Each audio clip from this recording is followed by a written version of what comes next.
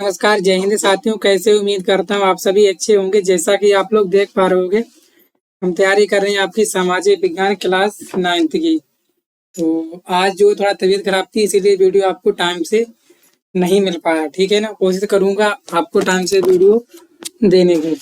तो चलिए शुरू करते हैं। इससे पहले मैं आपसे कहना चाहूंगा, अगर आपने ये वाला पार्ट ना देखा हो, ठीक है ना, मैंने आपको इसमें लघु जो है 4 नंबर का करवाया था। बहुत ही इंपॉर्टेंट प्रश्न था और आपके पेपर में कई बार पूछा गया है। तो चलिए बिना किसी देरी के लिए हम लोग शुरू करते हैं आज का पहला सवाल।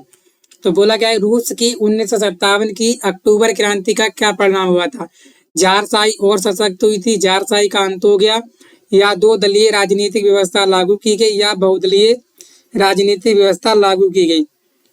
तो आपको बताना था कि रूस की जो 1957 की अक्टूबर की क्रांति का जो परिणाम था, तो क्या हुआ था। ये आपको इसका आंसर जो है आपको बताना है। तो क्या हुआ था इसका, ठीक है ना, तो आपको आंसर इसका राइट करके बताना है। तो आप भी जानते हो कि इसका जो राइट आंसर था वो था आपका जारशाही का अंत हो गया। जो जारशाही शासन था ना, रूस की क्रांति 1957 की, तो वो जारशाही का क्या हो गया था, अंत हो गया था। तो ऑप्शन नंबर बी खा जो है इसका राइट आंसर है। ठीक है ना, तो चलिए देखते हैं एक सवाल नंबर 2 हमारा।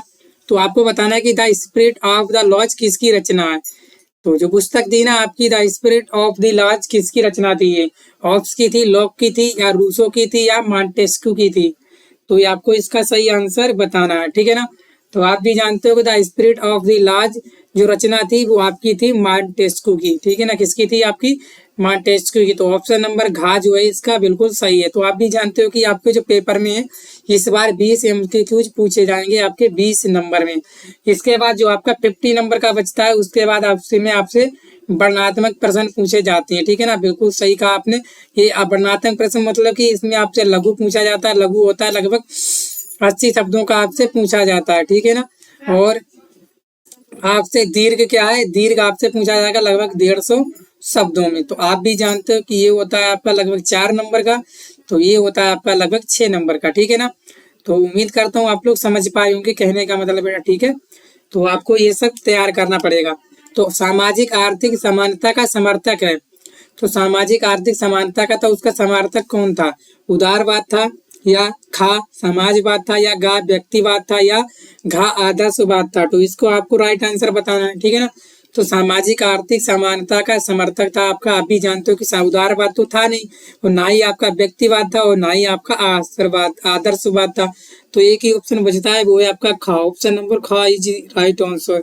चलिए क्लियर हुआ। आगे आगे देखें नेक्स्ट सवाल। ठीक है, तो बताइएगा 4 नंबर सवाल बोला गया कि फ्रांसीसी समाज में, जो फ्रांसीसी समाज में था आपका टाइथ नामक कर की वसूली वहां कौन, ठीक है ना, क्या ये कौन है, कौन सा वर्ग करता था? ये तो हमने कई बार बताया आपको, कुलीन वर्ग, सामंती वर्ग, पादरी वर्ग, किसान और कारीगर वर्ग। तो इसमें कौन सा था जो वसूली करता था? ठीक है ना, कौन सी थी? फ्रांसीसी समाज में टाइथ, टाइथ नामक जो कर लगता था उसकी जो है वसूली कौन करता था? ये हमने आपको कई बार बताया है। ठीक है ना, तो ये आपको करता था पादरी वर्ग। कौन करता था? बोलोगे पादरी वर्ग। तो ऑप्शन नंबर जो गा है, तो गा है इसका राइट आंसर। ठीक है, बाकी समझ में गया बोलोगे आप लोग। ठीक है ना, तो सबसे ज्यादा प्रताड़ित समाज था वो था आपका ये किसान और कारीगर वर्ग। इसके बाद सबसे रईस वर्ग था ये आपका कुलीन। ठीक है ना, चलिए आगे देखें। बोला गया निम्नलिखित में से कौन सा तत्व भारतीय संविधान की भावना के विपरीत है? यानी कि कौन सा जो शब्द जो है, यानी कि तत्व है, जो भारत का जो संविधान है वो भारत की संविधान की भावना के अपोजिट है, उल्टा है। स्वतंत्रता या समानता, या धर्म निरपेक्षता है, या सांप्रदायिकता है। तो ये आपको बताना है। ठीक है ना, बहुत ही इंपॉर्टेंट सवाल है ये, इसको आप लोग छाप के रखिएगा, कई बार आपके पेपर में पूछा गया है। तो आप भी जानते हो कि सफलता जो है एक दिन में नहीं मिलती है, लगातार प्रयास करने से मिलती है ना। आप बोलते हो कि सर एग्जाम में 90% नंबर कैसे लाएं, तो आपको बार बार रिवाइज करना पड़ेगा। और कोई भी टॉपर बनाए तो उसको एक दिन में सफलता नहीं मिली है, उसने बार बार उस चीज का प्रयास किया तभी उसको सफलता मिली। तो इसमें कौन सा था आपका भारतीय संविधान की भावना के विपरीत? वो थी आपकी सांप्रदायिकता।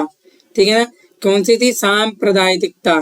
ठीक है ना, चलिए तो ऑप्शन नंबर इसका जो घा है वो बिल्कुल सही है। ठीक है ना, आगे बढ़ते हैं 76 नंबर सवाल। बोला गया चरवाहा कबीला है, तो चरवाहा का कबीला कौन था ये आपको बताना है। कौन था आपका, भाटिया था, शेरपा था, किन्नौरी था, या ये सभी। तो इसमें आपको बताना है कि कौन था। तो चरवाहा कबीला आप भी जानते हो कि भाटिया भी था, शेरपा भी था और किन्नौरी भी था। तो इसका मतलब क्या हो गया, ये सभी। ऑप्शन नंबर जो घा है बिल्कुल सही है। समझ में आ गया आपको। चलिए आपको बताना है कि मार्सिले क्या है। मार्सिले क्या था आप बताइए। इंग्लैंड का राष्ट्रपति था, या फ्रांस का राष्ट्रीय गान था, या जर्मनी का राष्ट्रीय गान था, या रूस का राष्ट्रीय गीत था। ठीक है ना।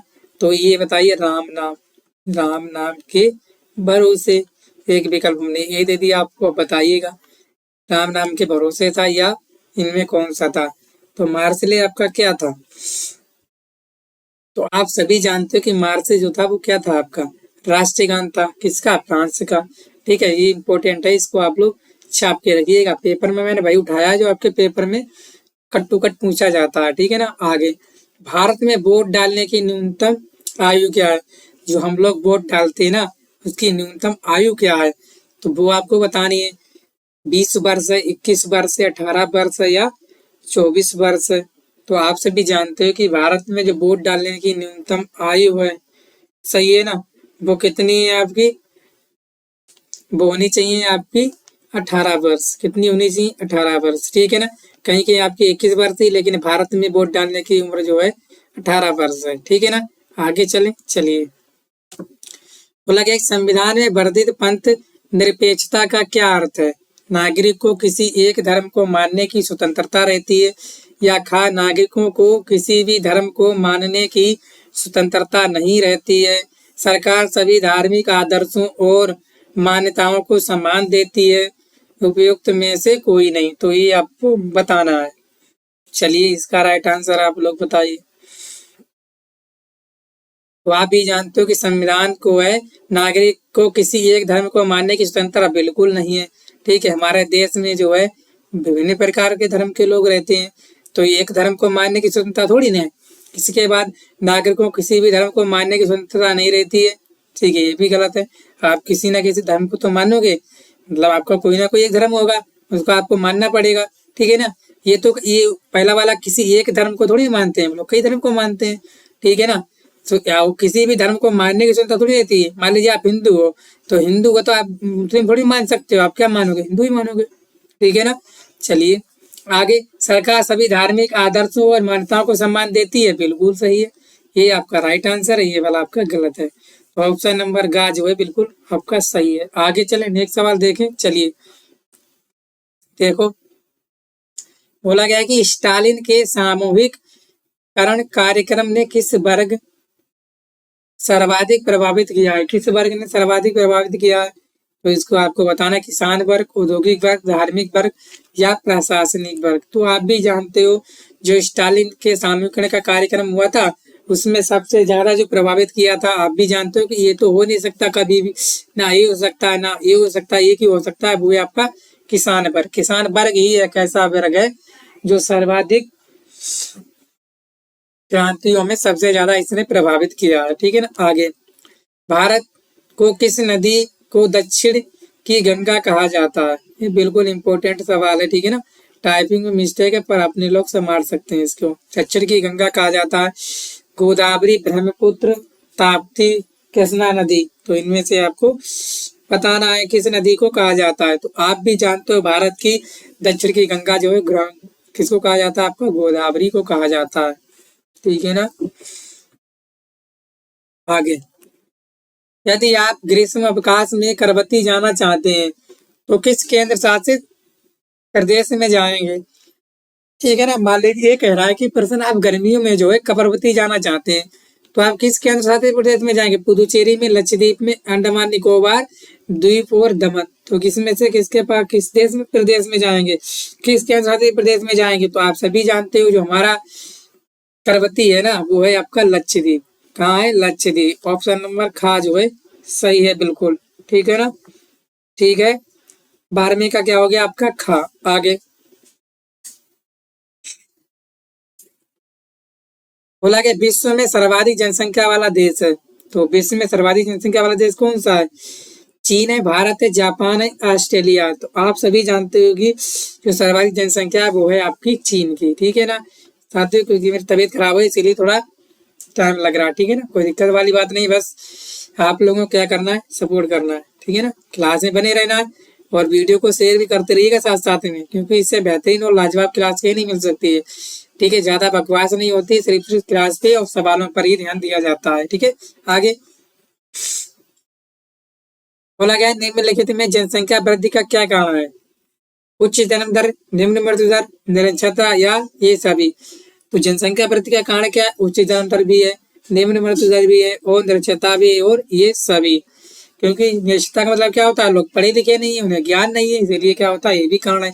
तो क्या हो जाएगा इसका ऑप्शन नंबर घ, ये सभी। ठीक है, समझ गए ना जनसंख्या वृद्धि का कारण। आगे चले, देखो निम्नलिखित में कौन प्राथमिक गतिविधि नहीं है? कौन सी आपकी प्राथमिक गतिविधि नहीं है? कृषि, खनन, उत्खनन या बैंकिंग। तो कौन सी आपकी प्राथमिक गतिविधि नहीं है? ठीक है ना, तो इसको आपको बताना है। ठीक है, तो आप भी जानते हो कि ये सब है, कृषि है, खनन है, उत्खनन है, ये प्राथमिक में आ गई है। लेकिन बैंकिंग क्या होती है, ये आपके किसमें है? क्योंकि ये आती है आपकी द्वितीयक में, है कि नहीं, लेन देन, रुपया पैसा। ठीक है, तो कौन सा नहीं, ऑप्शन नंबर घ नहीं है। बोला गया निम्नलिखित में कौन गैर आर्थिक गतिविधि है? बाजार में मछली बेचना, ठीक है ना, एक निजी फार्म में काम करना, परिवार के लिए खाना बनाना, एक संस्थान में शिक्षण कार्य करना। तो ये आपको बताना, ठीक है ना। तो ये आपका गैर आर्थिक गतिविधि वो है, देखो बाजार में मछली बेच सकते हो, ये भी आपकी सही है। एक निजी फर्म करना, काम में काम करना, ये भी एक निश्चित है। परिवार के लिए खाना बनाना, ये बिल्कुल गलत है। ठीक है ना, कौन गैर आर्थिक गतिविधि है? तो वो यही है आपकी कौन सी, ठीक है ना, गैर आर्थिक, मतलब जिसका कोई मतलब ही नहीं है। तो कौन सा, ऑप्शन नंबर ग है। ठीक है, आप संस्थान में जाकर शिक्षण भी कर सकते हो, है कि नहीं। तो आपका एक ही है गैर आर्थिक गतिविधि, वो है परिवार के लिए खाना बनाना। चलिए, भारत की जलवायु को प्रभावित करने वाला कारक कौन सा नहीं है? तो भारत की जलवायु को प्रभावित करने वाला कौन सा कारक नहीं है? तो इसको आप लोग सही कर लीजिएगा, ये है आपका अक्षांश। ठीक है ना, तो बताइएगा कौन सा नहीं है, बताइएगा कौन सा नहीं है। कर्क रेखा, वायुदाब एवं पवन या जनसंख्या, क्या है आपका? तो आप जानते हो जलवायु को प्रभावित कौन नहीं करेगा? देखो अक्षांश भी प्रभावित करती है, ठीक है, रेखा भी प्रभावित करती है, वायुदाब भी। तो एक चीज है जो प्रभावित नहीं करती है, वो आप भी जानते हैं, वो क्या है आपकी, क्या है, जनसंख्या। ऑप्शन नंबर घ। ठीक है, क्लियर। आगे, पालमपुर में विभिन्न जातियों के कितने परिवार हैं? 300, 350, 450, 550। तो ये आपको बताना है, यानी कि जो आपका पालमपुर है इसमें कितने विभिन्न जातियों के लोग रहते हैं, तो ये आपको बताना है। ठीक है ना, तो इसका जो राइट आंसर हो जाएगा वो हो जाएगा आपका 450। पालमपुर में 450 गतिविधियों की क्या है, जातियां हैं। कितनी? 450। एक व्यक्ति कागजों से लिफाफे बना रहा है, उसकी गतिविधि को किस क्षेत्र में सम्मिलित किया जाना चाहिए? प्राथमिक में, माध्यमिक में, तृतीयक में या सूचना में? तो आप सभी जानते हो वो अपना क्या कर रहा है, लिफाफा बना रहा है, यानी कि अपना कारोबार कर रहा है। तो कारोबार संबंधी वो रखे जाते हैं आपके तृतीयक में। ठीक है ना, चलिए आगे, इसका राइट आंसर हो जाएगा ग। आगे, आपके परिवार में भारत किस क्षेत्र में रोजगार के सर्वाधिक अवसर सृजित कर रहा है? ठीक है ना, आपके जो विचार है वो भारत किस क्षेत्र में रोजगार के सर्वाधिक अवसर सर्जित कर रहा है? ठीक है ना, किसमें कर रहा है, प्राथमिक क्षेत्र में, द्वितीय क्षेत्र में या तृतीय क्षेत्र में, या का और खा दोनों में? तो आप सभी जानते हो आपके परिवार, आपके विचार में भारत जो है सबसे ज्यादा प्राथमिक और द्वितीय क्षेत्र में रोजगार के अवसर प्रदान कर रहा है। तो ऑप्शन नंबर ग जो है इसका सही है। तो कैसी लगी क्लास, आप लोग कमेंट बॉक्स में कमेंट करके जरूर बताइएगा और वीडियो को शेयर कर दीजिएगा। चैनल पर नए, चैनल को सब्सक्राइब भी कर लीजिएगा। ठीक है, थैंक यू।